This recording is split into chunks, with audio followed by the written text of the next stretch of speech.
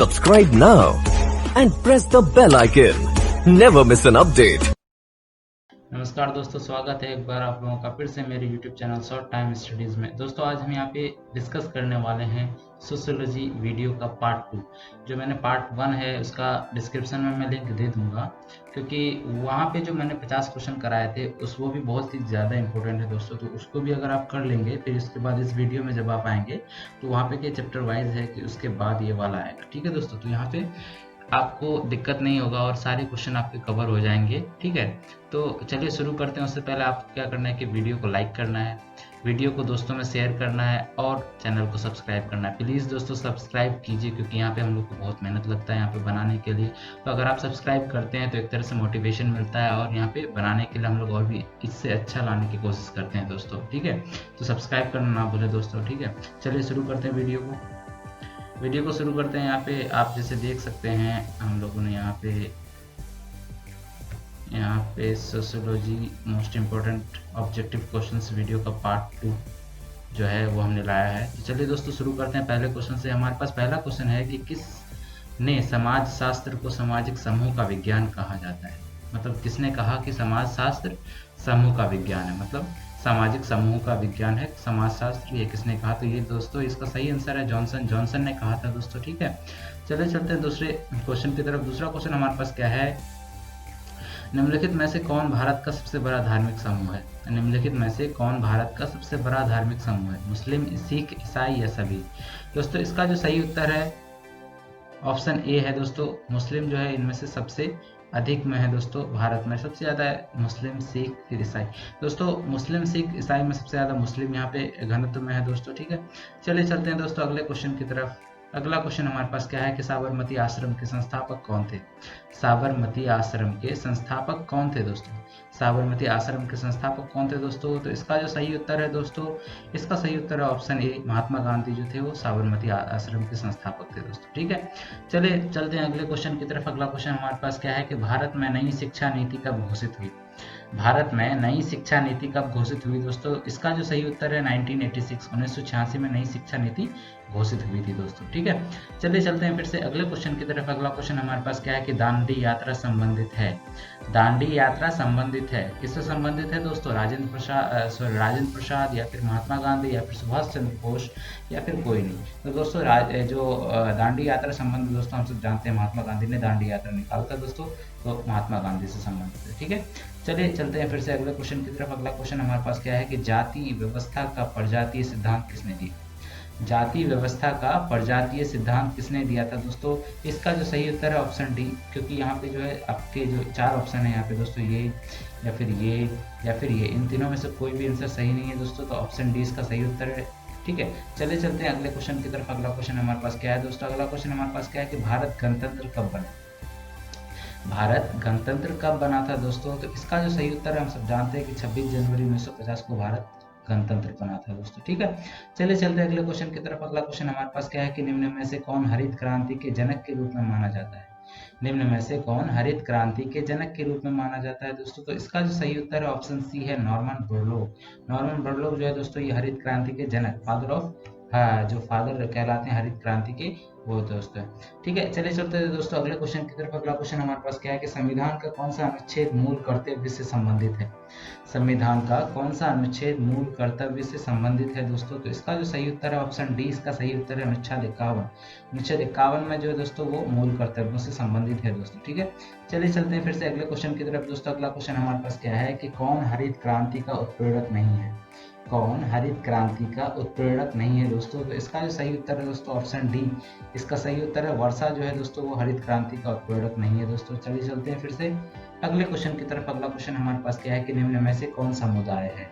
निम्न में से कौन समुदाय है? नगर, विद्यालय, धर्म या राजनीतिक दल? इनमें से कौन सा समुदाय है दोस्तों? तो ऑप्शन ए जो है वो सही है, ये नगर जो है एक समुदाय है दोस्तों। ठीक है, चलिए चलते हैं फिर से अगले क्वेश्चन की तरफ। शारदा एक्ट कब पारित किया गया? शारदा एक्ट कब पारित किया गया था दोस्तों? इसका जो सही उत्तर है ऑप्शन बी, इसका सही उत्तर है 1929 को शारदा एक्ट पारित किया गया था दोस्तों। ठीक है, चलिए चलते हैं फिर से अगले क्वेश्चन की तरफ दोस्तों। अगला क्वेश्चन हमारे पास क्या है कि आत्मसम्मान आंदोलन से संबंधित है। आत्मसम्मान आंदोलन से संबंधित है। आत्मसम्मान आंदोलन से कौन संबंधित है दोस्तों? तो इसका जो सही उत्तर है दोस्तों ऑप्शन ए, रामास्वामी नायकर जो है वो आत्मसम्मान आंदोलन से संबंधित है दोस्तों। चलिए चलते हैं फिर से अगले क्वेश्चन की तरफ दोस्तों। अगला क्वेश्चन हमारे पास क्या है कि कृषि के लिए कौन परिवार अनुकूल है? कृषि के लिए कौन परिवार अनुकूल है दोस्तों? तो इसका जो सही उत्तर है दोस्तों ऑप्शन ए जो है संयुक्त परिवार वो अनुकूल है दोस्तों कृषि के लिए। ठीक है, चलिए दोस्तों चलते हैं फिर से अगले क्वेश्चन की तरफ। अगला क्वेश्चन हमारे पास क्या है कि आर्य समाज की स्थापना कब हुई? आर्य समाज की स्थापना कब हुई थी दोस्तों? तो इसका जो सही उत्तर है दोस्तों ऑप्शन बी 1875 में आर्य समाज की स्थापना हुई थी दोस्तों। ठीक है, चलिए चलते हैं फिर से अगले क्वेश्चन की तरफ। चलते हैं। तो यहाँ पे हमारे पास अगला क्वेश्चन है कि भूमंडलीकरण संबंधित है। भूमंडलीकरण संबंधित है दोस्तों। तो भूमंडलीकरण उदारीकरण से भी संबंधित है और निजीकरण से भी संबंधित है दोस्तों। तो इसका जो ऑप्शन सी इसका सही उत्तर है दोस्तों। चलिए चलते हैं फिर से अगले क्वेश्चन की तरफ। अगला क्वेश्चन हमारे पास क्या है कि ग्रामीण नगरीय सातत्य की अवधारणा किसने दी? ग्रामीण नगरीय सातत्य की अवधारणा किसने दी थी दोस्तों? तो इसका जो सही उत्तर है ऑप्शन सी रेडफील्ड जो है दोस्तों इसका सही उत्तर है। ठीक है, अगले क्वेश्चन की तरफ चलते हैं दोस्तों। अगला क्वेश्चन हमारे पास क्या है कि निम्न में से कौन सामाजिक नियंत्रण का एजेंसी है? निम्न में से कौन सामाजिक नियंत्रण का एजेंसी है दोस्तों? तो इसका जो सही उत्तर है दोस्तों ऑप्शन डी इसका सही उत्तर है परिवार, धर्म और परंपरा भी ये जो है दोस्तों सामाजिक नियंत्रण का एजेंसी है। ऑप्शन डी इसका सही उत्तर है दोस्तों। चलिए चलते हैं फिर से अगले क्वेश्चन की तरफ। अगला क्वेश्चन हमारे पास क्या है कि बहुदेववाद किस धर्म की विशेषता है? बहुदेववाद किस धर्म की विशेषता है दोस्तों? इसका जो सही उत्तर है ऑप्शन ए इसका सही उत्तर है हिंदू धर्म की विशेषता है बहुदेववाद। ठीक है दोस्तों, चलिए फिर से चलते हैं अगले क्वेश्चन की तरफ। अगला क्वेश्चन हमारे पास क्या है कि किसने श्रम विभाजन की अवधारणा प्रस्तुत किया है? किसने श्रम विभाजन की अवधारणा को प्रस्तुत किया है दोस्तों? इसका जो सही उत्तर है दोस्तों हमारे पास ऑप्शन बी इसका सही उत्तर है दुखिम ने जो है दोस्तों श्रम विभाजन की अवधारणा को प्रस्तुत किया है। ठीक है दोस्तों, चलिए चलते हैं फिर से अगले क्वेश्चन की तरफ। अगला क्वेश्चन हमारे पास क्या है कि निम्न में से सामाजिक परिवर्तन के कारक कौन है? निम्न में से सामाजिक परिवर्तन के कारक कौन है दोस्तों? तो इसका जो सही उत्तर है दोस्तों ऑप्शन डी इसका सही उत्तर है शिक्षा, प्रौद्योगिकी, नगरीकरण ये तीनों जो है दोस्तों सामाजिक परिवर्तन के कारक है दोस्तों। ठीक है, चलिए चलते हैं फिर से अगले क्वेश्चन की तरफ। अगला क्वेश्चन हमारे पास क्या है कि नातेदारी संबंधित है जन्म, विवाह दोनों या कोई नहीं? ऑप्शन सी जो है दोस्तों इसका सही उत्तर है जन्म और विवाह दोनों से संबंधित है नातेदारी। ठीक है, चलिए दोस्तों ये ऑप्शन सी जो है इसका उत्तर सही है। चलिए फिर से चलते हैं अगले क्वेश्चन की तरफ। अगला क्वेश्चन हमारे पास क्या है कि किस वर्ष संयुक्त राष्ट्र संघ की स्थापना हुई? किस वर्ष संयुक्त राष्ट्र संघ की स्थापना हुई? इसका जो सही उत्तर है दोस्तों ऑप्शन डी 1945 को संयुक्त राष्ट्र संघ की स्थापना हुई थी दोस्तों। इसका सही उत्तर 1945 है। ठीक है, चलिए चलते हैं फिर से अगले क्वेश्चन की तरफ। अगला क्वेश्चन हमारे पास क्या है कि पंचायती राज व्यवस्था है। इसका जो सही उत्तर है दोस्तों ऑप्शन ए सत्ता का विकेंद्रीकरण जो है पंचायती राज व्यवस्था है, सत्ता का विकेंद्रीकरण। ठीक है दोस्तों, चलिए चलते हैं फिर से अगले क्वेश्चन की तरफ। अगला क्वेश्चन हमारे पास क्या है कि भारत में जनधिक्य के मूल कारण क्या है? भारत में जनधिक्य के मूल कारण क्या है दोस्तों? इसका ऑप्शन जो है ऑप्शन डी जो है इसका सही उत्तर है शिक्षा, प्रौद्योगिकी और सामाजिक आर्थिक कारक ये तीनों जो है सही उत्तर है दोस्तों। ऑप्शन डी इसका सही उत्तर है। चलिए चलते हैं फिर से अगले क्वेश्चन की तरफ दोस्तों। अगला क्वेश्चन हमारे पास क्या है कि छुआछूत को संविधान के किस अनुच्छेद के अंतर्गत रखा गया? छुआछूत को संविधान के किस अनुच्छेद के अंतर्गत प्रतिबंधित किया गया है दोस्तों? छुआछूत के बारे में किस अनुच्छेद में बताया गया है कि ये इसका प्रतिबंध लगाना चाहिए? तो इसका जो सही उत्तर है ऑप्शन सी जो है इसका सही उत्तर है अनुच्छेद 17 में कहा गया है दोस्तों। ठीक है, चलिए चलते हैं फिर से अगले क्वेश्चन की तरफ। अगला क्वेश्चन हमारे पास क्या है कि कौन राष्ट्रीय एकीकरण में बाधक है? कौन राष्ट्रीय एकीकरण में बाधक है? इसका जो सही उत्तर है दोस्तों ऑप्शन सी क्षेत्रवाद और सांप्रदाय ये दोनों जो है दोस्तों राष्ट्रीय एकीकरण में बाधक है दोस्तों। राष्ट्रीय का एकीकरण जो होता है इसमें दोनों बाधक मतलब जो है ब्लॉक करता है, जो मतलब होने नहीं देता राष्ट्र का एकीकरण। ठीक है दोस्तों, चलिए चलते हैं फिर से अगले क्वेश्चन की तरफ। सत्यशोधक समाज की स्थापना किसने की? सत्यशोधक समाज की स्थापना किसने की थी दोस्तों? इसका जो सही उत्तर है ऑप्शन सी इसका सही उत्तर है ज्योतिबा फुले ने सत्यशोधक समाज की स्थापना की थी दोस्तों। ठीक है, चलिए चलते हैं फिर से अगले क्वेश्चन की तरफ। अगला क्वेश्चन है हमारे पास कि नायर जनजाति संबंधित है। नायर जनजाति संबंधित है किससे दोस्तों? ऑप्शन डी इसका सही उत्तर है केरल। नायर जनजाति जो है वो केरल से संबंधित है दोस्तों। ठीक है, चलिए दोस्तों चलते हैं अगले क्वेश्चन की तरफ। अगला क्वेश्चन हमारे पास क्या है दोस्तों निम्न में से कौन श्रमिक संगठन है? निम्न में से कौन श्रमिक संगठन है दोस्तों? इसका जो सही उत्तर है ऑप्शन ए, इसका सही उत्तर है बीएमएस। बीएमएस है जो है ये श्रमिक संगठन है दोस्तों। चलिए चलते हैं फिर से अगले क्वेश्चन की तरफ। अगला क्वेश्चन हमारे पास क्या है कि जनाकीकी का अर्थ क्या है? जनाकीकी का अर्थ क्या है दोस्तों? इसका जो सही उत्तर है ऑप्शन डी, इसका सही उत्तर है जनसंख्या का अध्ययन जो है जनाकीकी कहा जाता है दोस्तों।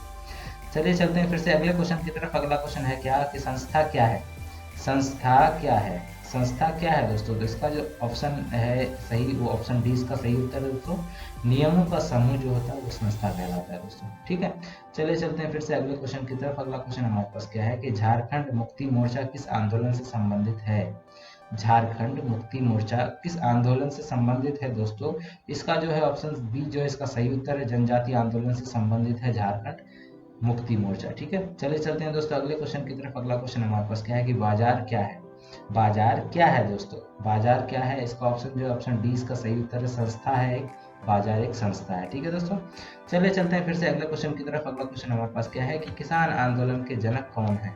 किसान आंदोलन के जनक कौन है दोस्तों? किसान आंदोलन के जनक कौन है? इसका जो सही उत्तर है ऑप्शन बी, इसका सही उत्तर है सहजानंद सरस्वती जो है वो किसान आंदोलन के जनक है। ठीक है दोस्तों, चलिए चलते हैं फिर से अगले क्वेश्चन की तरफ। अगला क्वेश्चन हमारे पास क्या है कि भारतीय इतिहास में काला युग किसे कहा जाता है? भारतीय इतिहास में काला युग किसे कहा जाता है दोस्तों? तो भारतीय इतिहास में काला युग किसे कहा जाता है? तो इसका जो ऑप्शन बी जो है दोस्तों इसका सही उत्तर है दोस्तों। ऑप्शन बी इसका सही उत्तर है दोस्तों। मध्यम काल को जो है दोस्तों ये काला युग कहा जाता है। चलिए दोस्तों चलते हैं अगले क्वेश्चन की तरफ। अगला क्वेश्चन हमारे पास क्या है कि हिंदू विवाह अधिनियम कब पारित हुआ? हिंदू विवाह अधिनियम कब पारित हुआ था दोस्तों? हिंदू विवाह अधिनियम जो दोस्तों 1955 में पारित हुआ था। ऑप्शन बी जो है इसका सही उत्तर है दोस्तों। चलिए चलते हैं अगले क्वेश्चन की तरफ। अगला क्वेश्चन हमारे पास क्या है कि कंप्यूटर संबंधित है। कंप्यूटर संबंधित है। कंप्यूटर किससे संबंधित है दोस्तों? कंप्यूटर आधुनिकीकरण से संबंधित है दोस्तों। कंप्यूटर आने से आधुनिकीकरण होता है समाज का। ठीक है, चलिए चलते हैं फिर से अगले क्वेश्चन की तरफ दोस्तों। अगला क्वेश्चन की तरफ बढ़ते हैं। अगला क्वेश्चन हमारे पास क्या है कि प्रभु जाति की अवधारणा किसने दी? प्रभु जाति की अवधारणा किसने दी थी दोस्तों? ऑप्शन जो है इसका ए, इसका सही उत्तर है श्रीनिवास जो है वो उन्होंने प्रभु जाति की अवधारणा दी थी दोस्तों। ठीक है, चलिए चलते हैं फिर से अगले क्वेश्चन की तरफ। अगला क्वेश्चन हमारे पास क्या है कि कौन खुली व्यवस्था है? कौन खुली व्यवस्था है दोस्तों? कौन खुली व्यवस्था है? इसमें से जो सही उत्तर है दोस्तों ऑप्शन सी, वर्ण और वर्ग दोनों जो है दोस्तों खुली व्यवस्था है। ठीक है दोस्तों, चलिए चलते हैं फिर से अगले क्वेश्चन की तरफ। अगला क्वेश्चन हमारे पास क्या है कि भारत की स्वतंत्रता का संबंध किस योजना से है? भारत की स्वतंत्रता का संबंध किस योजना से है दोस्तों? इसका जो सही उत्तर है ऑप्शन सी जो है माउंट बेटन योजना से संबंधित है दोस्तों। ठीक है, चलिए चलते हैं फिर से अगले क्वेश्चन की तरफ दोस्तों। अगला क्वेश्चन हमारे पास क्या है कि भारतीय राष्ट्रीय कांग्रेस की स्थापना कब हुई? भारतीय राष्ट्रीय कांग्रेस की स्थापना कब हुई थी दोस्तों? 1825 ईस्वी में भारतीय राष्ट्रीय कांग्रेस की स्थापना हुई थी दोस्तों। एओ ह्यूम मतलब एलन एक्टोरियम ह्यूम ने की थी दोस्तों भारतीय राष्ट्रीय कांग्रेस की स्थापना। ठीक है, चलिए चलते हैं फिर से अगले क्वेश्चन की तरफ। अगला क्वेश्चन हमारे पास क्या है कि भारत में अल्पसंख्यक समूह का सबसे छोटा, भारत में अल्पसंख्यक समूह में सबसे छोटा कौन सा है दोस्तों? तो पारसी जो है दोस्तों अल्पसंख्यक समूह में सबसे छोटे लोग हैं। ठीक है, अगले क्वेश्चन की तरफ चलते हैं दोस्तों। अगला क्वेश्चन हमारे पास क्या है कि भारत किस वर्ष गणतंत्र बना? भारत किस वर्ष गणतंत्र बना था दोस्तों? तो इसका जो है सही उत्तर है 1950। ऑप्शन डी इसका सही उत्तर है दोस्तों। चलिए चलते हैं फिर से अगले क्वेश्चन की तरफ। अगला क्वेश्चन हमारे पास क्या है कि आर्य समाज की स्थापना किसने की? आर्य समाज की स्थापना किसने की थी दोस्तों? इसका जो सही उत्तर है ऑप्शन बी, इसका सही उत्तर है दोस्तों स्वामी दयानंद सरस्वती ने आर्य समाज की स्थापना की थी दोस्तों।